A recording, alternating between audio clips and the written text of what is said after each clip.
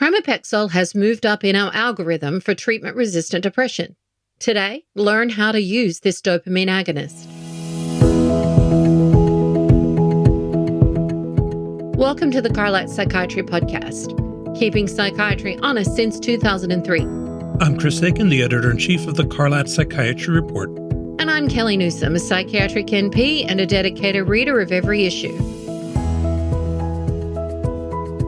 I've spent the past year gathering every controlled trial I can find on treatment-resistant depression, and when I stepped back to look at the pile, I saw a concerning pattern.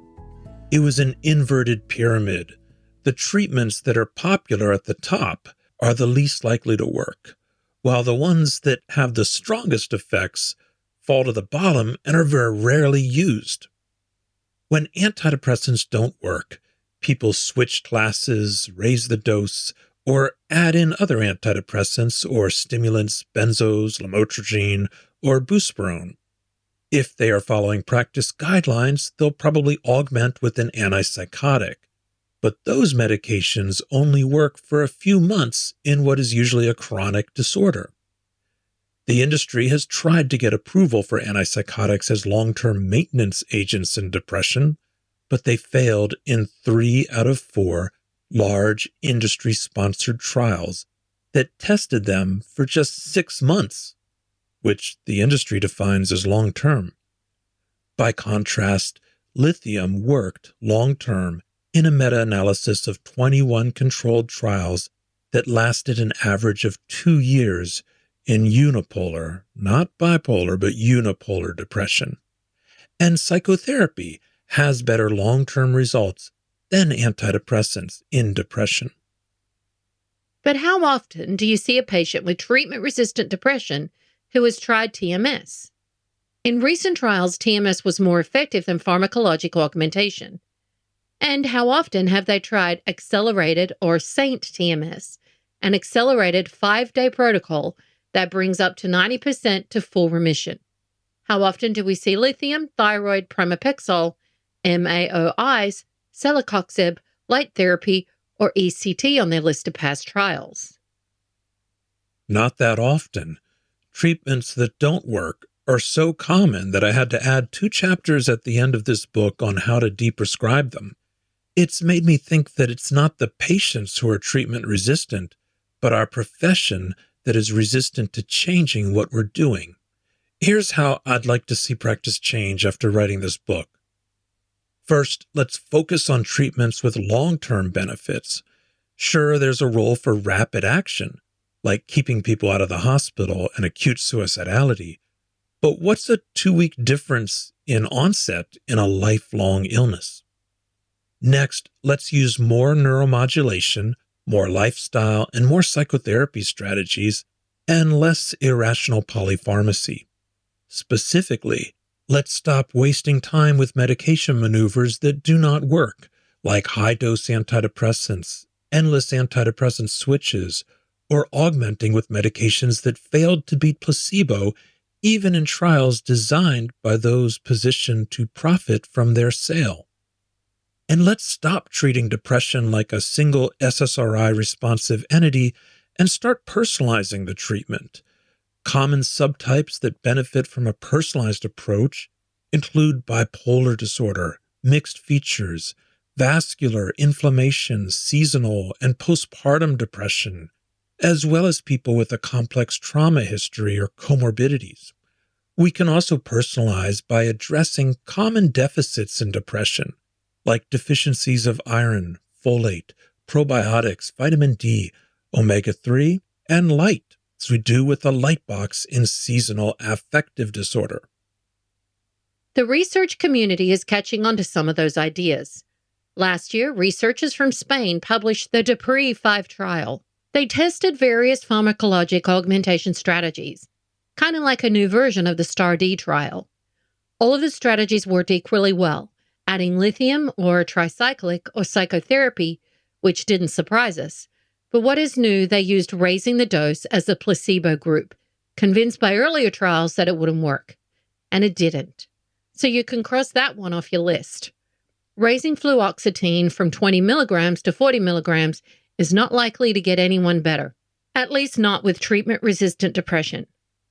In 2024, another group from the Netherlands launched a randomized trial that was designed to challenge the Dutch treatment guidelines for depression, which gave little attention to TMS. They randomized 89 patients with treatment-resistant depression to either follow the Dutch guidelines or go straight to TMS after 2 failed trials. The guidelines recommended switching to a tricyclic or augmenting with lithium or an antipsychotic at that step. But the trial arrived at a different conclusion. TMS worked better, with a large effect size of 0.77. That finding was replicated by a larger trial comparing TMS to a aripiprazole augmentation. So in an evidence-based world, we'd go more quickly to TMS when depression is severe and antidepressants don't work. We'd use ECT for psychotic depression, which is about 1 in 3 cases that don't respond well to antidepressants. We'd use mood stabilizers for bipolar depression. About 50% of treatment-resistant cases have undetected bipolar. And we'd use lithium and psychotherapy for long-term prevention in patients with chronic or recurrent episodes of depression.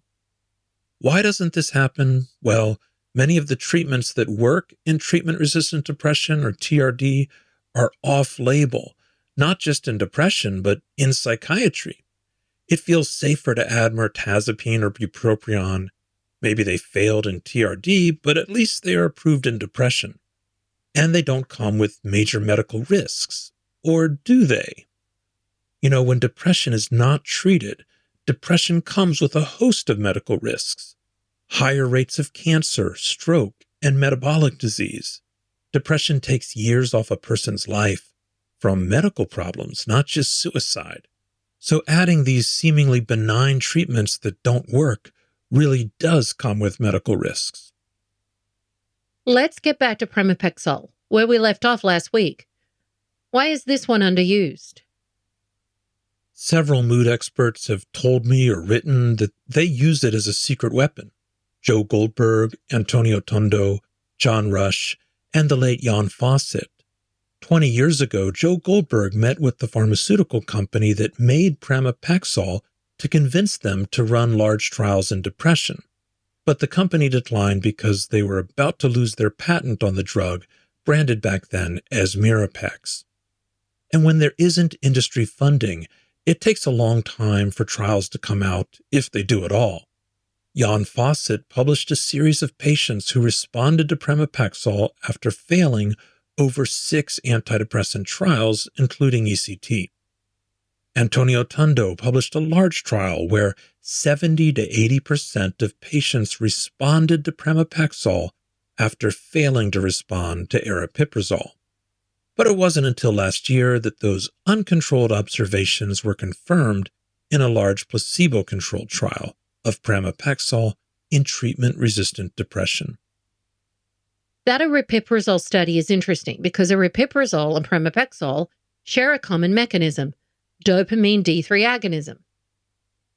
Yes, and they do share a common risk, hedonic dysregulation, which is Greek for too much pleasure. It's also called pathological gambling, although it can come out in other ways besides gambling. There is a risk of hedonic dysregulation with aripiprazole as well as an FDA warning, as does cariprazine and brexpiprazole, which are D3 agonists. But we are more reluctant to take on that risk in a drug that hasn't been well studied in psychiatry, like used to be the case for Pramipexole. And that's where this new trial from the UK comes in. They rigorously looked for hedonic dysregulation and found a low rate of 3%. Earlier depression trials found a much lower risk of 0%, but it wasn't clear that they rigorously looked for it. Now, by comparison, the rate of hedonic dysregulation with Pramipexole is 10 times higher in Parkinson's disease, around 20 to 30%. So this is a rare example where psychiatric patients have a lower risk of psychiatric side effects on it than other patients. Why? We don't know. But it may be that psychiatric patients start out with a lower hedonic drive to begin with. How high is the risk with aripiprazole? We don't have good data on that, especially since a lot of the aripiprazole trials didn't test for that, or they involved different populations like bipolar or schizophrenia, while Pramipexole is often used in practice for restless legs or Parkinson's disease.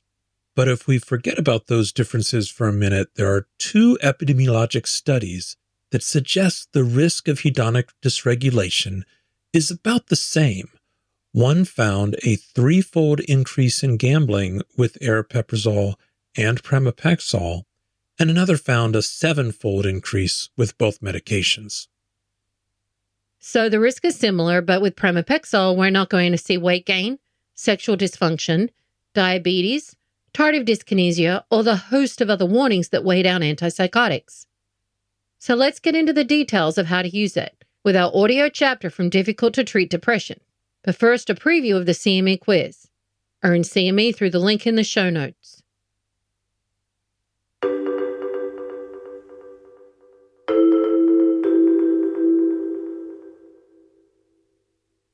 How does Pramipexole differ from traditional psychostimulants like methylphenidate and amphetamines? A. It does not cause psychotic symptoms. B. It inhibits dopamine reuptake. C. It is sedating. D. It improves cognitive processing speed but not symptoms of ADHD.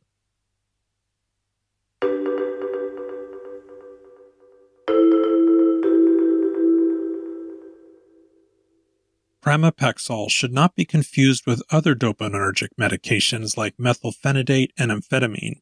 These block dopamine reuptake, making it available to act on the 5 dopamine receptors in various regions of the brain. These stimulants improve energy and cognition, while Pramipexole causes fatigue and has no effect on cognition. Unlike Pramipexole, the stimulants largely failed in trials of depression. At high doses, the excess dopamine they release causes inflammation in the brain. Pramipexole has the opposite effect. It is neuroprotective within the dopamine system and anti-inflammatory within the brain. Inflammation wears down dopamine transmission, reducing its synthesis, packaging, and release within the CNS. This suggests that Pramipexole may treat inflammatory depression by restoring dopamine tone and decreasing neuroinflammation, a possibility suggested by animal models and by one human clinical study. How to use Pramipexole. A slow titration is needed to prevent nausea and orthostasis. When introducing Pramipexole, start with 0.125 to 0.25 milligrams at bedtime. Raise by 0.25 milligrams every 5 to 7 days. Expect slight improvement, like a 10% to 20% change at 0.75 milligrams. From this dose, titrate faster if the medicine is tolerated well, raising to 1 milligram for a week and then 1.5 milligrams. Most patients require between 1 to 2 milligrams, though patients with high levels of treatment resistance may require 2 to 5 milligrams per day. For nausea, consider ginger, 1,000 to 2,000 milligrams every 12 hours PRN. Ondansetron, 4 milligrams every 12 hours PRN. Or a proton pump inhibitor like pantoprazole, 20 to 40 milligrams every day. Dose at bedtime to minimize daytime fatigue. Rarely, patients find it activating and may prefer morning dosing. Pramipexole works as both monotherapy and augmentation in unipolar depression, although in bipolar disorder it should be used with a mood stabilizer. Response is typically seen within 4 to 6 weeks of reaching a therapeutic dose. Pramipexole is one of a few neuropsychiatric medications that is excreted unchanged by the kidneys. The others are lithium, paliperidone, gabapentin, pregabalin, acamprosate, and amantadine. It is free of pharmacokinetic drug interactions and does not undergo hepatic metabolism. Pramipexole is available as an extended release version, but this has not been studied in psychiatric populations. The XR was developed for Parkinson's disease, where twice-daily dosing is often necessary to maintain its motoric effects. But most psychiatric patients can be treated with a single dose at night. Side effects. 1. Tolerability. Pramipexole does not cause weight gain, sexual dysfunction, or cognitive impairment. The most common side effects are nausea and fatigue. At low doses below 1.5 milligrams, these are not a major obstacle but they cause more discontinuation in the higher dose range of 2.5 milligrams.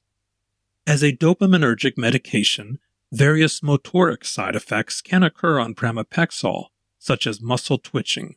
These are rare, though I have seen them in older adults and in patients with a history of cocaine or methamphetamine use disorder. Pramipexole does not cause tardive dyskinesia. When used in restless leg syndrome, pramipexole can shift the restless symptoms from nighttime to the morning, called rebound, or cause them to start earlier in the afternoon, called augmentation. These problems are worse with long-term use, affecting around 1 in 10 patients after a year with restless leg syndrome. It is not known if rebound and augmentation occur in mood disorders. Risks. Pramipexole's main risks are cardiac and neuropsychiatric. On the cardiac side, it can cause orthostasis and falls, a rare problem that is reduced by titrating slowly. Although it does not seem to cause valvular heart problems like the ergoalkaloids, it can cause edema, and there are a few case reports of congestive heart failure on the drug. Like other D3 agonists, such as aripiprazole, pramipexole carries a warning that it can cause compulsive gambling. Neurologists call this hedonic homeostatic dysregulation, and the syndrome includes a broad spectrum of pleasure-seeking behaviors. Patients may overspend online, play video games excessively, or have uncomfortable urges to masturbate at work. The problem is more common in Parkinson's disease, around 15%, than it is in mood disorders, where the rate is 1 to 3%, possibly because depressed patients start out with a lower hedonic drive. Serious impulsivity is rare and improves with dose reduction. More often, patients report benign compulsivity on pramipexole, such as cleaning the garage or organizing their books alphabetically. Substance use disorders are not part of the syndrome, and neither are manic symptoms. In the bipolar trials, pramipexole did not cause mania, where it was used with a mood stabilizer. Pramipexole can cause psychotic symptoms by activating the D2 receptor. These are usually mild, such as seeing shadows or hearing sounds. These are rare, 0.4%, but more common in the higher dose range, like 3 to 5 milligrams. In the cases I have seen, reality testing was intact, and the psychosis resolved with dose reduction or discontinuation. Sudden sleep attacks have been reported on pramipexole in Parkinson's disease, including while driving. There were early reports of melanoma on pramipexole, but these have since been linked to Parkinson's disease itself rather than to the medication. The FDA removed warnings of melanoma from the prescribing information in 2018. The bottom line, pramipexole is a D3 selective dopamine agonist with large and durable benefits in unipolar and bipolar depression. It may be particularly beneficial in patients with anhedonia, inflammation, or high levels of treatment resistance. Pramipexole is well tolerated with no weight gain, sexual dysfunction, or cognitive impairment, making it a valuable option for patients who have experienced side effects with other treatments. You've just heard a chapter excerpt from Difficult to Treat Depression. The full 2025 book is available in paperback or as an audio book and includes chapters on psychotherapy, novel medications, neuromodulation, male and female hormones, de-prescribing, and how to detect unique subtypes like bipolar, mixed, inflammatory, vascular, and psychotic depression.